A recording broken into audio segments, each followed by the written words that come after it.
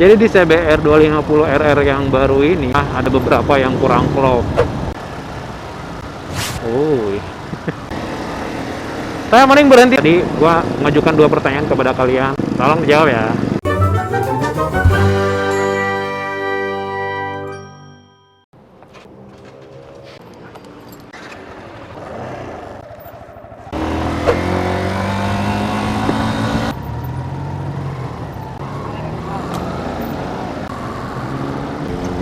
Oke guys, ada beberapa gelap banget di sini. Semoga kalian jelas ya melihatnya. Jadi di CBR 250 RR yang baru ini, menurut gua ya, ini hanya opini gua, ada beberapa yang kurang klop. Tapi balik lagi, ketidakklopannya ini tidak merubah kekerenannya gitu. Di antaranya satu ini menurut gua sih ya. Pertama velg. Velgnya itu ada yang bilang sih mengikuti konsep MotoGP, tapi menurut gue itu lebih kayak velgnya Verza. Ya no offense lah ya bagi pengguna Verza. Maksud gue adalah kalau beda model ya usahakanlah gitu yang benar-benar terlihat banget dibedain juga kayak velg. Selanjutnya knalpot men. Knalpotnya menurut gue sih menurut gue kurang klop loh, kegedean. Padahal bikin konsep knalpot underbelly itu menurut gue sih lebih keren. Jadi kayak kakaknya itu loh, kayak kakaknya yang 650 ya kan, itu keren banget loh. Kayak Ducati Panigale sekalian itu kan underbelly itu di bawah. Anyway, by the way, ngomongin CBR 650 sama CBR 250 yang baru ini, katanya ada didesain sama salah satunya orang yang sama gitu. Orang yang ngedesain CBR 650F ini juga ternyata ikut mendesain CBR 250 ini. Balik lagi ke masalah knalpot ya. Jadi sebenarnya gue lebih prepare, lebih suka underbelly. Kayaknya lebih klop deh buat CBR 250 RR ini. Soalnya itu knalpotnya kayak knalpot robot kalau menurut gue bentuknya itu loh. Ya setidaknya kalau emang mau exhaustnya 2, menurut gue dibikin lebih simple aja, lebih enak kayaknya. Kita muterin ini Asia Afrika dulu. Muter-muter dulu. Oke guys, mumpung malam Senin. Oh, si teteh-teteh riding malam gini tanpa pakai apa-apa. Nggak dingin teh. Oke, selanjutnya itu bagian belakang yang menurut gua kurang klop itu adalah ininya, lampu belakangnya. Padahal menurut gue yang konsep itu ada tuh yang rekonsep itu lampu belakangnya itu 2 tapi terpisah kiri kanan, itu keren loh. Tapi ini sekarang kan dibikin kayak bertumpuk gitu, bentuknya kayak segitiga. Menurut gue itu kayak agak aneh. Selanjutnya yang masih kurang klop ya, yaitu tangkinya. Maksud gue gini, tangkinya bagus kok sebenarnya. Tangkinya itu bagus, tapi kenapa harus itu kan tangkinya sebenarnya kalau dilihat-lihat 70% plat kan. Dari luar tuh 70% plat, terus ditimpah sama yang plastik, menurut gua senanggung gitu. Jadi maksud gua adalah mendingan plat sekalian aja semua. Kayaknya bisa jadi buat gini loh. Jadi kalau jatuh misalkan tangkinya kena, yang paling juga yang diganti bagian si plastiknya itu. Plastiknya kan cuman berapa kecil gitu kan. Jadi bisa jadi awet lah. Jadi murah maksudnya. Ini kita muterin dulu, gue mau lihat Asia Afrika lagi malam-malam. Tuh jangan protes ya, wah muter-muter. Ya iyalah, gue emang muter-muter Bandung kok. Apalagi ya, paling itu doang sih. Yang menurut gue kurang klop itu sebenarnya masih belum terbukti ya. Siapa tahu, ini kan gue hanya lihat dari gambar kan, dari foto-foto yang ada. Gue belum lihat aslinya. Siapa tahu kalau lihat aslinya, wah itu semua udah terabaikan. Tapi dari lihat gambar juga sih sebenarnya overall itu udah keren banget kok. Beberapa part masih bisa diganti lah. Yang masih kurang klop masih bisa ganti menurut gua sih. Tapi overall cool, benar-benar keren, super. Karena bentuknya loh Panigale banget. Sampai saat ini Asia Afrika, oke. Karena sampai saat ini gua sendiri ngerasa moge yang paling seksi itu Panigale bentuknya. Nggak begitu rame ya. Mungkin bukan malam minggu juga sih. Tapi masih banyak orang kongkow, masih banyak orang nongkrong, foto-foto, maybe selfie. Nah, sekarang ke bagian yang gue sukai banget ya. Dimana bagian ini biasanya nggak ada di motor lain. Untuk sekelasnya atau kelas di bawahnya yang sport gitu kan. Di antaranya itu. Pertama udah jelas upside down, man. Dari dulu pingin banget gue motor 250 atau 150 pakai upside down. Dan itu mereknya Showa. Jadi Showa itu juga udah merek terkenal ya. Dia juga pemasok buat moge-moge ternama lah. Terus bentuk stangnya loh. Stangnya maksudnya bagian ininya ya. Bagian segitiganya itu dia under yoke. Itu gue seneng banget asli. Yang under yoke itu ada di, contohnya ada di ini RR Mono. Gue suka bentuk bagian RR Mono, bagian dashboardnya, apalagi bentuk segitiga under yoke-nya itu menurut gue keren. Dan ternyata CBR 250 baru pun ternyata menggunakan under yoke seperti konsepnya di motor show Tokyo Motor Show itu. Wow, gue seneng banget men. Yang gue suka lagi yaitu sekarang Honda arm belakangnya itu udah nggak kotak lagi, udah bentuknya udah banana kali ya, tapi nggak terlalu banana, tapi gue suka sih. Selanjutnya yang gue suka lagi ya, itu under cowl-nya. Jadi bagian fairing bawahnya itu sampai ke belakang itu penuh banget men, padat itu gue suka banget. Selanjutnya lagi yang gue suka dari si CBR ini adalah spakbor belakangnya. Aduh, udah nggak kayak R25 lah. Itu perpaduan antara plat dan plastiknya itu keren. Jadi kayaknya nggak buka spakbor belakang pun kayaknya udah keren banget nih motor.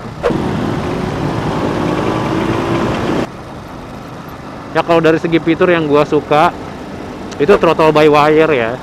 Jadi throttle by wire itu gasnya itu menggunakan elektrik yang dialirkan ke ECU gitu, sehingga ECU bakal mengontrol gas, sehingga karena sifatnya elektrik ini ya, throttle by wire, makanya dipaduin sama bisa menggunakan 3 mode itu loh, riding 3 mode, comfort, sport, dan sport plus. Itu pertama lah ya, untuk motor 250 menggunakan riding mode, mamen. Throttle by wire itu juga diaplikasikan sama MotoGP, sama MotoGP, anjir. Juga oh my god. Juga diaplikasikan sama moge-moge kayak sama moge BMW S1000R RR ya. Juga sama R1, juga sama beberapa moge kayak MP Agusta. Itu udah menggunakan throttle by wire.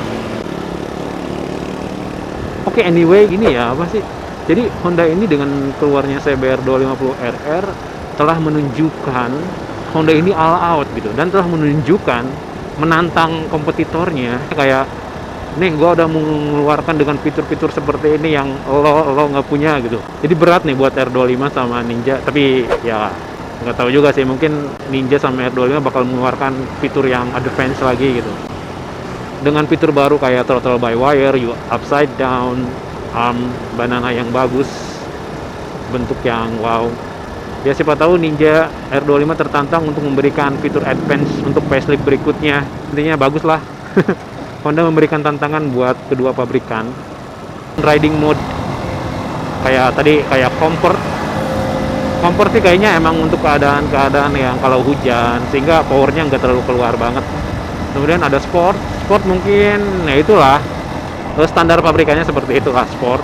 Kemudian sport plus itu kayaknya buat make gila-gilaan kali ya, buat all out, buat di sirkuit. Ngomongin soal power ya, ngomongin soal mesin nih, gue hanya ngomongin dimensi mesin. Kalau mesin udah pasti katanya powernya bakal lebih dari R25 atau Ninja, lebih dari kompetitor, ngomongnya kan gitu.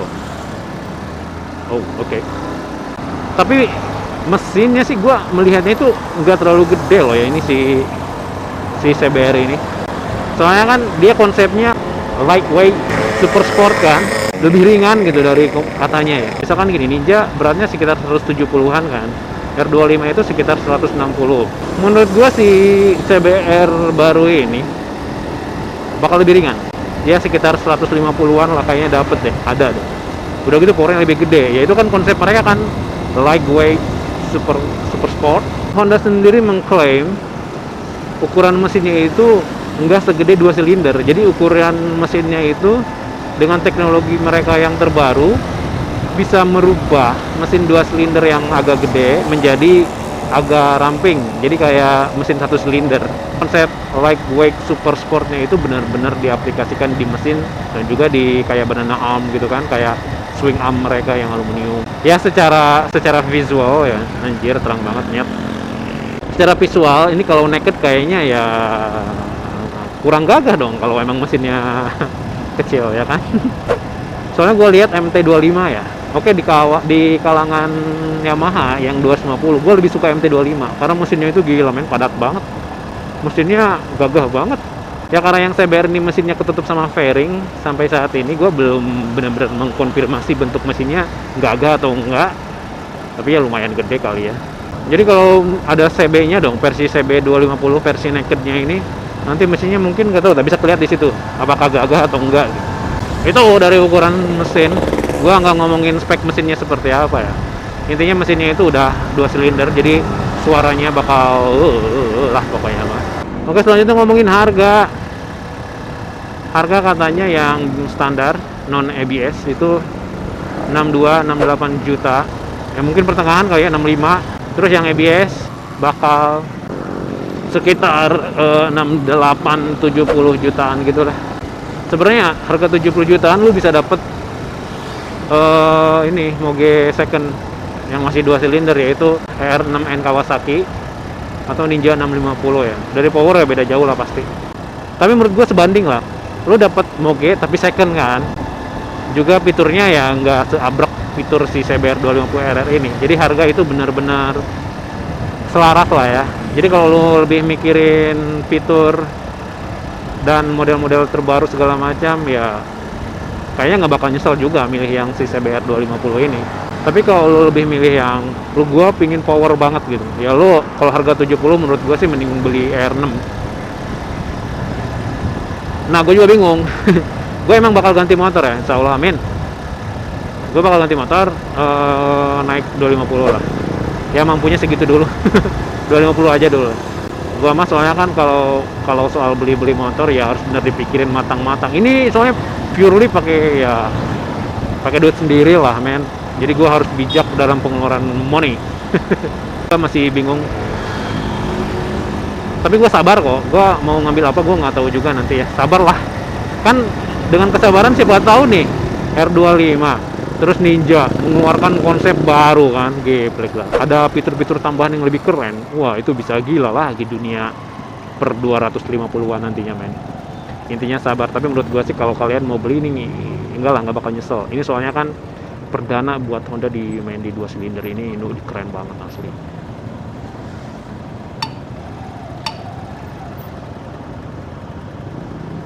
Oke,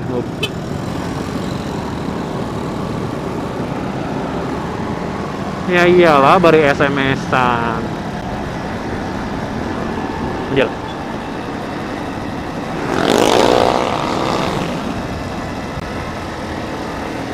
Teh mending berhenti dulu teh.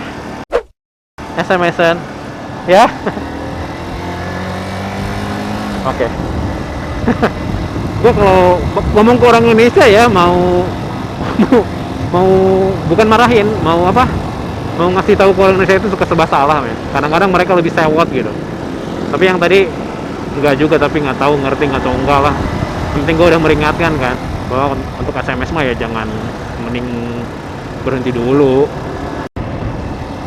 Tadi ya soal harga mamen, pikir matang-matang nih gue mau ngambil apa. Tapi gue benar-benar terpincut banget nih sama CBR ini. Saran si Jody juga gue harus ngambil ini. Gimana Jod? Bener gue harus ngambil ini. Ngomongin soal power, katanya powernya di 38 horsepower men, 38 HP, which is itu gede banget untuk 250 sekarang ya. Dimana gue mah kalem. Dimana Ninja itu kan powernya klaim pabrikan 32 apa 34 HP gitu kan, 32. Terus R25 juga pabrikan mengklaim 36 HP, 36 horsepower.